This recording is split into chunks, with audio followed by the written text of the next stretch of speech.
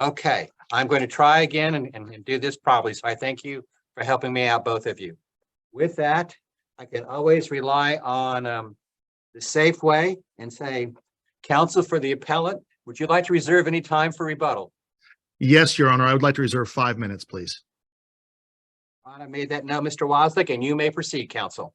Thank you. May it please the court, my name is Michael Waslick, and I represent the appellant, Cara Certi, in this matter. There are 3 issues that we ask this court to review today as we ask you to reverse the summary judgment below. And those 3 issues are, number 1, the bank's noncompliance with the FHA conditions precedent to foreclosure.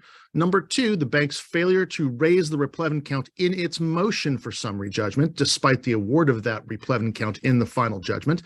And number 3, the award of attorney's fees over objection without an evidentiary hearing. Taking each of those in turn, in this foreclosure case, in the initial complaint, Your Honors, the complaint was very clear when it attached the loan documents that the loan documents themselves at the inception of the loan incorporated the FHA regulations that I think this court's probably already familiar with in so many foreclosure cases that have been before the court. And those FHA regulations were at the inception of the loan, a condition precedent to foreclosure. Now, and if I may, Mr. Waslick, because I Yes, think sure. you've laid it out beautifully in your brief, and so did Mr. Florin in terms of the facts and the progression of the case. So let's deal with that very first one. There's no issue that there was a modification correct. in this case. Okay. And if you pull up the modification agreement, and this is what I'm looking at, I recognize you're taking issue with the fact that the condition preceded, but if I read the language of the modification, and the modification basically says that it was the borrower that has asked the lender, to be able to enter, to modify the terms of the note and security instrument.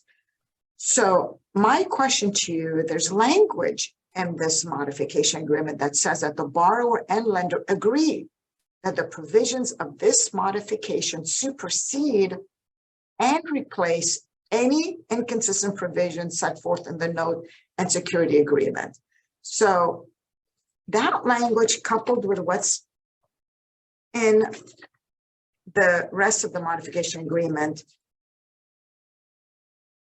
can't you come to the conclusion that this supersede anything before? So the condition precedent that you're making a claim for, that has been superseded based on the modification.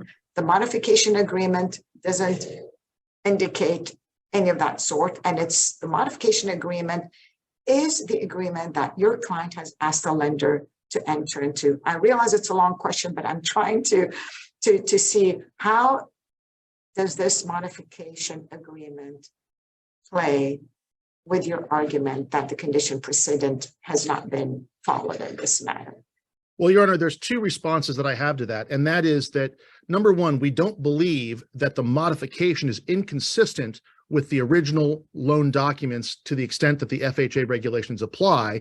And number 2, to the extent it is inconsistent, we believe it is impermissibly so, or to the extent it could be construed to be inconsistent, that would be an impermissible reading of it, because that would violate federal law. Because specifically in this case, Your Honor, we know that inception that this loan was FHA insured, and there's no evidence that that ever changed. And the record shows that that FHA insurance did continue. And so when you look at 24 CFR 203.500, that tells us that all FHA insured loans must follow these regulations. So first of all, to the extent that that modification could be construed to obviate the FHA regulation requirement, we believe that it is trumped by federal law, and pursuant to paragraph 14 of the original mortgage, that federal law controls no matter what. So we believe that the modification cannot legally remove the condition precedent, cannot remove the protection, because it makes common sense that the lender cannot benefit from the FHA guarantee at the same time as it shuns the regulations. And the evidence in the record is that the FHA regulations continue to apply after the modification. So that's the first thing, is we believe it cannot be inconsistent and it cannot be construed that way. But when you look at the actual language, Your Honor, we believe it is not inconsistent because the language itself is silent as to removal of the FHA regulation requirement. It doesn't mention the FHA regulations at all. It doesn't claim that the insurance is terminated. And in fact, I think the bank would even concede, as it did in its brief, that the FHA insurance didn't terminate at any time prior to or due to the modification. And so what we're left with, Your Honor, is let's look at the specific language itself. Now, it does include language that describes how the notice shall be delivered, but it is a strained, in my opinion, reading. It's one possible reading of that language to say that it's changed the requirements, but it does not say we relieve the lender of the requirement to do the things that the FHA requires. It is consistent with and supplemental to the language while not actually overriding it. Because while it describes that the lender has an election to accelerate, and that's correct, it doesn't say that the lender has the right to violate FHA regulations. And it could not. And the lender could not ask the borrower to sign that. And even if the borrower asked for it, the law could not enforce that because of the application of federal regulations, because of 203.500, which says that all insured loans are covered by these guidelines.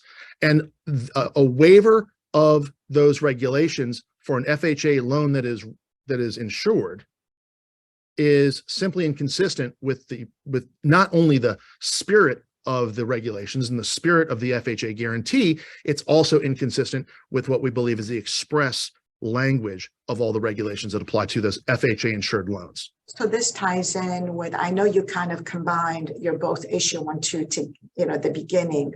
So which deals with the waiver, separate apart from the modification. Then there's a question comes up whether or not your client basically waived the issue of compliance with the condition precedent. I'm looking here, there was an agreed order that the borrower's affirmed defenses were stricken with a leave to amend, and then no such amendment was filed. And in this case, there's case law that says compliance with condition precedent can be waived, where it's treated as an affirmative defense rather than simple denial. And in looking at the facts here, it's kind of interesting. In denying the complaint, the paragraph alleging compliance with condition precedent, the borrower specifically referred to her then applicable affirmative defenses, and I'm pulling it right now, quote, plaintiff has failed to comply with the notice requirements and face-to-face counseling set forth in the note of mortgage, and then mid-ref as specified, and then here's the language, as specified in the affirmative defenses below. The reference affirmative defenses number 3 spans 2 pages, and then by agreement, all that was stricken and never repleted. So how do you respond to the fact that maybe your client waived that? Well, because, Your Honor, an affirmative, the Darowin case makes it clear that the way it's pled matters. And the Darowin case we've talked about in our brief, and the Darowin case acknowledges that a denial of condition proceeding is not an affirmative defense, or unless you plead it that way, but it also, according to the rules, is required to be a specific denial, not a defense. So we're looking at the way the rules require denial of conditions proceeding, and we believe that and it's paragraph 10 of the answer that you're referring to, Your Honor, which specifically states that the notice and face-to-face requirements have not been met. Now, the information in the affirmative defense doesn't go away, and would it have been optimal to have amended paragraph 10 of the answer when that wasn't required or even permitted by the order? Possibly, but the fact is that without leave of court, we couldn't amend paragraph 10, but paragraph 10 by itself is specific enough. And importantly, the bank never, ever disputed below the sufficiency of paragraphs 10 denial. Because again, the rule requires a specific denial. We identify the 2 conditions that are buried in the FHA regulations, and the fact that there was additional specificity in the affirmative defense, and the fact that was stricken, it doesn't erase that notice from their memory.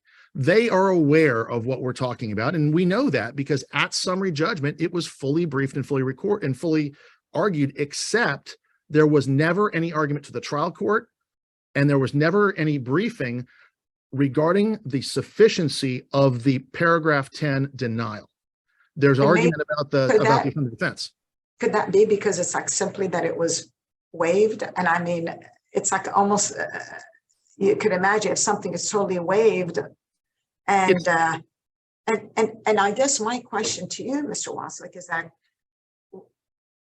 why did you refer to the affirmative defense if it wasn't part of the denial? And so doesn't that reference have legal effect? And this is what I'm focusing on, because we all know and we all agree we could waive, anyone could waive condition precedent. Anyone could waive all of that. And by virtue of the fact that you chose, when I say your client chose to refer to the affirmative defense as part of, isn't that part of the denial itself? It illuminates the denial, but if you look at the denial by itself, paragraph 10, it is sufficient. The sufficiency was never challenged below, and I believe that no, it wasn't waived. Would it have been optimal to replead that? Yes. Would I do that in the future? Probably so. However, there was never any argument, never any briefing by this bank that they didn't understand what they were doing. And if you look at the motion practice below, you can clearly see, Your Honor, that they were on notice that paragraph 10 by itself was sufficient to put them on notice of exactly what we were talking about. And their briefing shows that as well. So I think that the argument of waiver is misplaced, because the fact that the defense was stricken, they didn't strike paragraph 10. Paragraph 10 survived and remained. So the only question then is paragraph 10 sufficient as a denial of conditions precedent? And we believe it is. And they have waived that issue because they never argued it below or in the briefing today. So that's how I'd respond to that issue. With respect to the question of whether or not the loan, whether or not once the specificity, once the defense is raised, once the denial is properly stated, the question then becomes what happens? Who has the burden of proof? And I think the case law that's come out of this court and other courts, and we've briefed this pretty thoroughly, so I don't feel a need to dig into it too well, but the burden of proof does shift to them. And the only avoidance that they sought to raise was the issue of whether the loan mod does obviate their need to comply with the regulations, even as they receive the benefit of the FHA guarantee. And so this is a case where you can't have your cake and eat it too. It's either an FHA guaranteed loan or it's not. And so it's our position that the modification did not and could not strip the borrower, in this case, strip Ms. Surtee of her right, of her protections under the FHA regulations as originally contracted for. We know that a modification can't induce a borrower to break the law. A borrower can't allow a borrower to give the lender permission to break the law. And so, because that would be an illegal contract. And specifically, again, we rely on paragraph 14 of the original mortgage, which incorporates those regulations. And I think that even that incorporation by itself continues, because as the loan is insured, to the extent that federal regulations say that an insured loan must follow these protections, that paragraph 14 by itself is sufficient to incorporate those regulations, as long as there's some record evidence, which there is in this case, that the loan was FHA insured. And so we believe that the modification cannot and did not modify the lender's obligations under the FHA regulations. So unless there's any other questions about that. I'm sorry? Did you want to speak to the third issue, attorney fees? You have a minute. Thank you. I do want to speak to both replevin and attorney's fees. The replevin count was never mentioned. Rule 1.510 requires a motion to identify each claim or defense, and then it requires it to identify a citation to particular parts of the record that support that claim. Neither of these happened in this case, and that's why we believe the replevin count was a violation of due process. It was improperly granted in this case. The trial court erred by doing that. As far as the attorney fee issue goes, Your Honor, we believe that the Morgan case that we cite is directly on point. Morgan was a summary judgment awarded in a foreclosure case. And in that proceeding, the only evidence of attorney's fees was affidavit submitted by the movant in that case, the bank. And there was an objection to that. And over objection, the trial court granted fees. And the Morgan court reversed that, saying you can't award attorney's fees on an affidavit when there's any objection. Now, there's been some argument. If I may, Mr. Wasik, I know it's interesting. You have an objection on the record, but then we have a summary judgment hearing. We have no transcript. So how can we tell that there was no acquiescence at the hearing? So we're dealing with, like, with the Applegate. You're familiar with Applegate, and there's no transcript. You can't do that. So now how do you reconcile the fact that, okay, you know, I guess my question is, how do you reconcile the tension between Applegate, which requires a transcript, and the language from the other cases that say, well, a hearing is required when there's any indication? So Your Honor, Applegate and its progeny say that a transcript of a summary judgment hearing is helpful but not required where there's adequate evidence in the record of what was presented to the trial court. And Your Honor, if you look at the record, you will see that our opposition to the summary judgment, our objection to the summary judgment evidence, and our objection to the attorney fee were presented contemporaneously to the court. At the time, but even with that, there's been many cases, and I think you'd agree, Mr. Waslik, that an objection is filed, but then you go to the hearing, and, you know, Judge Casanueva was a former trial judge, and go in and they go, you know, Judge, we found the objection. You know what? We're good. Let's resolve it. You know, we'll stand on this. We'll do this. We could forego. We don't have that here. So how do we know that that issue has not been? That's the problem that I have, because we know it happens all the time. Because there's no claim that there was a waiver, Your Honor. And the purpose of filing a written objection is to make a record of what we intend to argue and what was presented to the trial court. The trial judge did not make any notation in the award or final order that there was a concession to that. The only record that we have shows that there was a timely contemporaneous objection, along with all the because the same argument would apply to anything that would be made on paper in a summary judgment hearing. Is, you know, how do we know that all those arguments were waived? We don't. So if that's the case, then what the court would be essentially doing is saying that unless there's a transcript of summary judgment hearing, we're going to assume that all of the arguments raised in the written submissions were waived. And frankly, Your Honor, I believe that under the Applegate and its progeny, I think that would constitute a change in the law that I think would be. We're past 15. I'm trying to hold on to your rebuttal time. Thank you, Your Honor. So I think that would be a change in the law, and the same standard should apply to the objection that applies to any argument made in a summary judgment on paper at all. So with that, I'm going to ask the court to reverse based on all three arguments, and I will reserve the rest of my time. Counsel, you want to unmute before you respond, and you're ready to go. And I'll let him go a little bit extra, so you'll get to go a little bit extra too. You'll have 22 minutes. Thank you, Your Honor. If you need good morning. May it please the court, my name is Matthew Falern. I represent Ronan LLC, the appellee in this matter. As was stated before, there are about three main issues. I'll go through our arguments, but I'm happy to field any questions that come from the panel. The first issue that was raised was that the trial court erred because the loan modification didn't alter the terms of the mortgage. I think it's fairly clear that it did. I think that has been hammered out in the initial presentation here, that clearly the modification has very specific language that any terms that differ from the note mortgage would in fact supersede and take precedent. But in the prior argument and a little bit in the brief, I found that the appellant is focusing on whether or not there's HUD insurance on the loan. That's a separate issue. That's not what Florida law dictates as HUD regulations being a condition precedent. Florida law requires those to be conditions precedent when they're incorporated into mortgage.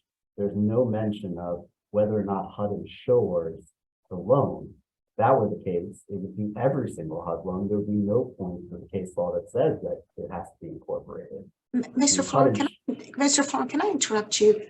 You may be using an earpod. You sound echoey for me, and I'm able to hear you, but you sound echoey. So I can try to call in if you prefer.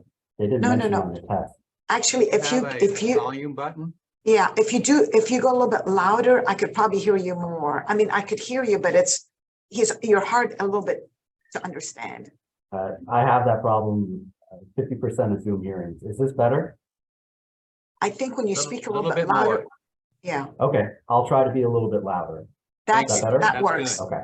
That's I very think good. the main component here and the distinction is that whether the mortgage incorporated those terms in the beginning when the loan was originated, I don't think we have a dispute about that. And I don't think we dispute that HUD regulations are a court condition precedent if they're incorporated into the mortgage. What I am disputing is the idea that the HUD insurance that was being paid has anything to do with whether or not it's condition precedent to the point that needs to prove up the HUD-based compliance. There is no Florida case law that states that. There would be no need for the distinction to incorporate into the mortgage if in fact that were the case, because every HUD loan is insured by HUD. So what would be the point of any of this if it's not? And the purpose outlined in those regulations is not to create a condition precedent for all foreclosures of HUD loans that comply with face-to-face. It's a regulatory issue that goes towards the servicers and the lenders. The damages there are damages against them, not for the borrowers. So the creation of the condition precedent, while it does happen in some cases, is not across the board for these loans. But I do think that it's very, very important that that's kind of a misnomer in this. That has nothing to do with whether or not this plaintiff needed to comply with face-to-face, and that is the issue. Plaintiff's position was never that, as counsel for the appellant had stated, that we needed to comply with these condition proceedings, was looking for an excuse. The position is that the loan modification altered these terms, removed them based on the fact that there is no mention to them, and that modified language in paragraph 4 actually switches from the language saying that HUD has an involvement in whether or Was not paragraph 4 the default. only place that the HUD regulations were incorporated though? The HUD regulations were incorporated in paragraph 9 of the mortgage, and I believe 6 of the note. What my argument is that those references were superseded by the loan modifications references, because each of those paragraphs deals with defaults. And paragraph 4 of the loan modification outlines the procedure for default under the loan modification agreement. So that would supersede those prior references. And frankly, the only other reference to the HUD regulation or HUD itself in the mortgage, I believe, is the definition of what the Secretary of HUD is, which would be irrelevant if you move those out. So that's not what Florida law doesn't dictate that any reference of HUD secretary causes this to be a condition proceeding. It is incorporating the regulation specifically in the contract that is between the parties that's operative. That's my understanding of the law. Counsel, before we depart this area, I do have a question with regard to the modification I'm hoping that you can help me with. I would direct your attention to paragraph 6 of the modification, the second sentence that appears therein, that begins with the phrase, except as otherwise specifically provided in this modification. And I'm focusing for purposes of my question on the word specifically. Does that word specifically in context require that the regulations or other items that you wish to modify should be announced in the document rather than by inference?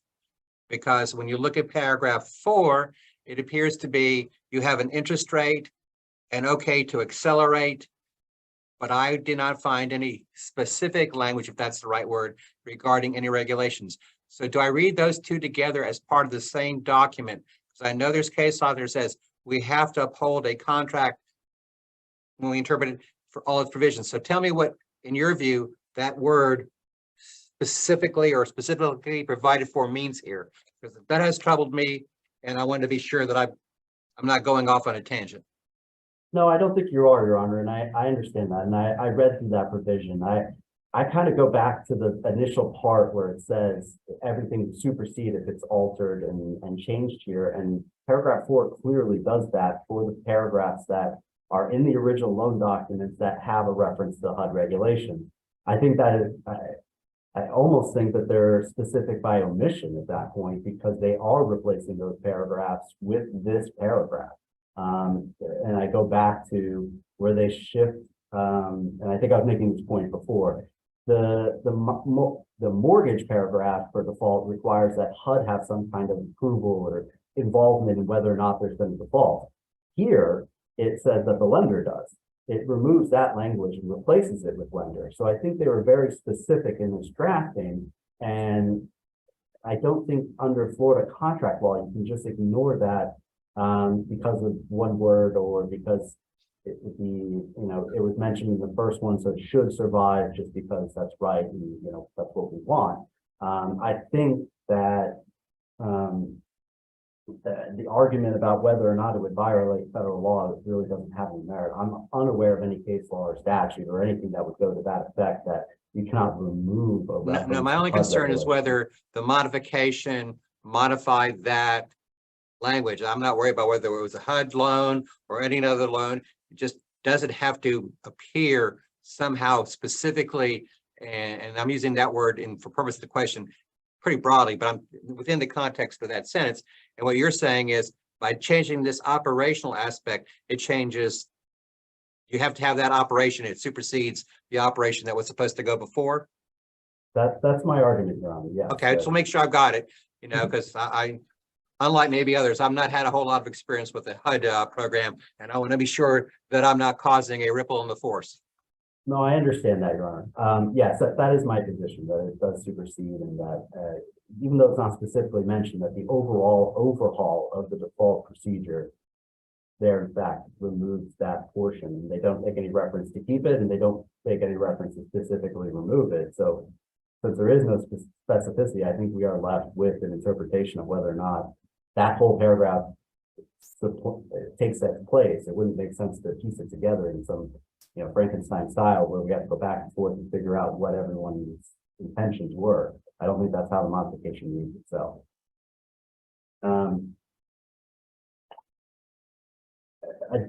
I would like to make sure I get through all the issues that were brought up.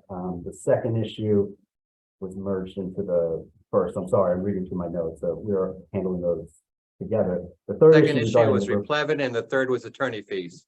That's correct. I had two from the original briefs. The replevin issue, our motion for summary judgment in our prayer for relief is, I believe, clear that we're asking for all claims to be adjudicated by the court. Whether or not we specifically use the word replevin, I don't think that's the burden here. I just don't see how requesting relief on all claims in our motion for summary judgment, if there's like a title that says for foreclosure, I don't think that necessarily removes that or changes the fact that we're seeking all claims to be heard. We submitted evidence that does support the replevin, and the only evidence you really can submit is mortgage. The mortgage for— I'm curious, Mr. Florence, because it looks like the affidavit of indebtedness, doesn't it attach the mortgage? I'm pulling it right now. That does it contain the legal description of the property and expressly includes the mobile home. I'm looking at record page 291, right? That's correct. And the mortgage attaches, quote, a manufactured home rider, right? And I'm looking this, which basically confirms the property covered by the mortgage includes the mobile home. That's correct. That's record 29293. And then if you jump to record 295, the modification also defines a property, it looks like by the legal description, including the VIN of the mobile home. Am I reading that correctly? You are, Your Honor. And that was my Okay. next argument, was that there was sufficient evidence submitted. Just because we did submit the mortgage and loan modification agreement, there really is no other evidence. We're seeking to foreclose on the mortgage. The mortgage outlines what the property is, and clearly the manufactured home is part of the property. It's in the legal description of both documents. I believe all the deeds and everything, or else we would have sought to fix the deeds to include that in the legal description. Never was this ever considered to be a securitization of just the land. It's clear from the intention of the parties that included this manufactured home. So saying that we didn't submit any evidence, I think that is patently wrong. I believe we have submitted all the evidence we possibly could. I mean, you know, would I mention Replevin going back in my motion for summary judgment possibly, but I don't know if my client can testify as to a Replevin count when the evidence speaks for itself on the mortgage and the loan modification agreement with the legal description.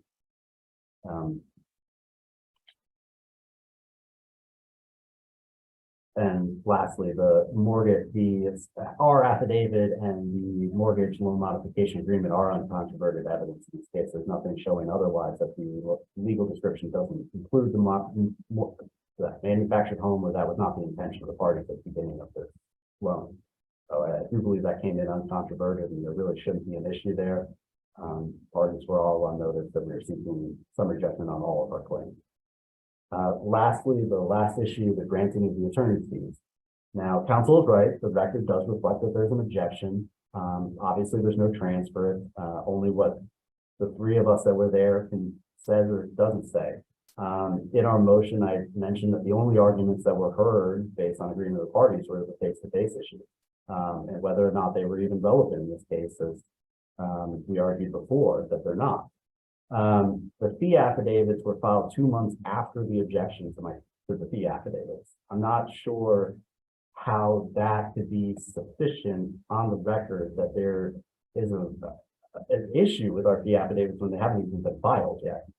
It's a boilerplate objection to the fee affidavits just in general, saying that they should always go to evidentiary hearings. I think the court is correct that they're correct in pointing towards the fact that the Applegate case does apply here. There's no transcript. There's no record reflecting that that was actually argued or brought up as an issue at the hearing. I would have had the only way I knew that there was an issue was after the fact, when counsel did not agree to the proposed final judgment. So really, I don't think his objection just being on the record was specific enough to actually attack the attorney's fees that we did ultimately 2 months later file timely affidavits seeking or explaining what exactly was the problem. I don't think, and the last point is, or I think it's the last point I'm going to make on this, is that the motion for summary judgment hearing was an evidentiary hearing. If we needed a separate evidentiary hearing, I believe that needs to be requested. I submitted evidence in support of our case at that hearing. I'm not exactly sure why we couldn't have an affidavit in opposition specifically countering our fees and cost affidavit and our affidavit of reasonableness that was submitted by a separate attorney unrelated to our firm. But you know, all in all, I don't believe the court erred on any of these issues. You know, I think our briefs speak for themselves. I've reviewed case law that the appellant has submitted on attorney's fees where counsel stating that there must be an evidentiary hearing. I do believe they're all distinguishable. Counsel brought up Morgan specifically. In Morgan, though, that at the MSJ, at the summary judgment hearing itself, this issue was raised. And I think that's the key distinction here. Applicate does apply because that wasn't raised. Under the consent of the parties, we argued strictly one issue at that hearing. And it goes back to the issue of the affirmative defense is stricken by agreement. You know, you're kind of waiving your argument if you don't bring it up at court. There's no point of this hearing if you're not going to bring it up. You know, relying strictly on a paper pleading that doesn't have any specificity whatsoever, I believe is insufficient to overcome the burden, overcome Applegate and the ability for the affidavits to be proved these involved.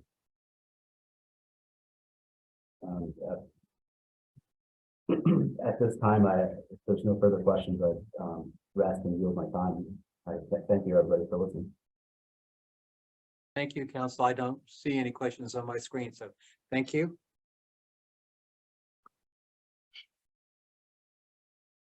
May it please the court, are you ready for me to begin my response? I have successfully changed the timer, and so we are ready. Thank you, Your Honor. So I wanted to first address the last point, which is the sufficiency of the objection and whether a writing is sufficient to make the objection. When you look at the Morgan case, first of all, any talk by counsel about what did or did not happen at the hearing is outside the record and impermissible at this point. So to the extent that he's asserting certain things were or were not argued, The only thing we have is that items were presented to the trial court in writing prior to the hearing. And we don't have a transcript, but again, under Applegate and its progeny, it's not required if those objections are preserved in writing. And I think that's sufficiently. But if I may, Mr. Wasik, I guess I'm having a hard time with your position, because if we follow that, that means there's no need for a trial transcript in any case when you have a written objection. That doesn't make sense. So just because you have a written objection, then you have a hearing, it just kind of belies the issues. Like, we still need a transcript because maybe I am aware, and it has happened when I was on the former circuit bench, where you had a written objection, you go in a hearing, and the lawyers say, Judge, yes, we've objected. We're all here. Let's not delay. Let's move forward. So we don't know. And you're right. We cannot say what Mr. Florin represented, what goes at the hearing. We cannot accept that. It's just a matter of, we don't have a transcript, so we don't know whether or not it's waived. And Applegate is concerning. And so that's why I wanted just to direct, your position, that it doesn't make sense to say that you have that. That means never, you don't need a transcript whatsoever. I'm just concerned about that. And Your Honor, even at trial, a motion in limine properly submitted prior to a trial, one is not required to waive one is not required to make contemporaneous objections at trial to testimony that is properly submitted in a motion in limine. There's case law to that effect. No, and I would submit that's different, but that's different. So we're talking about a request for an evidentiary hearing. When you have a hearing, then you have summary judgment hearing. So you're before the court, you're there, your opportunity to say, okay, let me object, or let me this, let me do that, or I've waived it. I see it as a different issue. And I appreciate your position, Mr. Wasik, and maybe you have a few minutes left, and I don't want to end up monopolizing and peppering you a little bit too much here. So I'll just respond to that very quickly and say that if you read the Morgan case, the form of the objection is not specified. That any objection, it's the absence of a stipulation that is in the attorney fee case law, and that's what we're focusing on. Is that evidentiary hearing for a fee award is required. I'm gonna leave that issue where it is, because I think I've explained my position thoroughly enough. So I wanted to respond to a couple different issues here that I believe Judge Casanueva raised. And addressing the issue of specifically. And I agree that its specificity in the modification would be required to create a conflict between the modification and the prior loan documents, because otherwise, how would the borrower know that the general language in that modification was specifically stripping away her protections under the FHA? And I think that when you look at something that is clearly drafted by the bank, in this case, by the lender, it would be unfair to construe it in that way. And counsel and I have a very interesting clash of opinions on this one thing. Counsel argues that the omission of reference to the HUD regulations somehow says that means that we didn't intend to do them. And it's obviously our position that the omission of the HUD regulations means that they aren't affected, because the other language in the modification requires that they be specifically mentioned to modify. And so it's our position that if you want to strip a borrower of the protections of the FHA regulations, that's got to be explicit. And in this case, it's not. And even if it were allowed, it would have to be explicit, or at least more specifically stated than here, not just, this is the procedure, without making reference to the fact that you're changing the application of the HUD regulations. There's no notice in this modification that the HUD regulations are being stripped. That's because that wasn't the intent of the parties. And so that, the argument that the omission somehow bolsters the lender's position, I think it's exactly the opposite. The omission actually strips it of the specificity required. And I've left, so you're going to need to be a little quick. I'm sorry, 30? 10. You're almost at 5 already. Well, in that case, Your Honor, I'm going to rest on my brief for the remainder of the argument and ask that the court reverse as to all 3 arguments. Thank you. Thank you. On behalf of the panel, we thank you for your patience and waiting until we got to you today. And we thank you for the quality of your argument. And as I say, we wish you good health until the next time we get together. Perhaps it will be in person. Thank you all. Thank you. The court is Thank you, now everyone. adjourned. Thank you, that Bob. we can leave this spot of cyberspace. Thank you.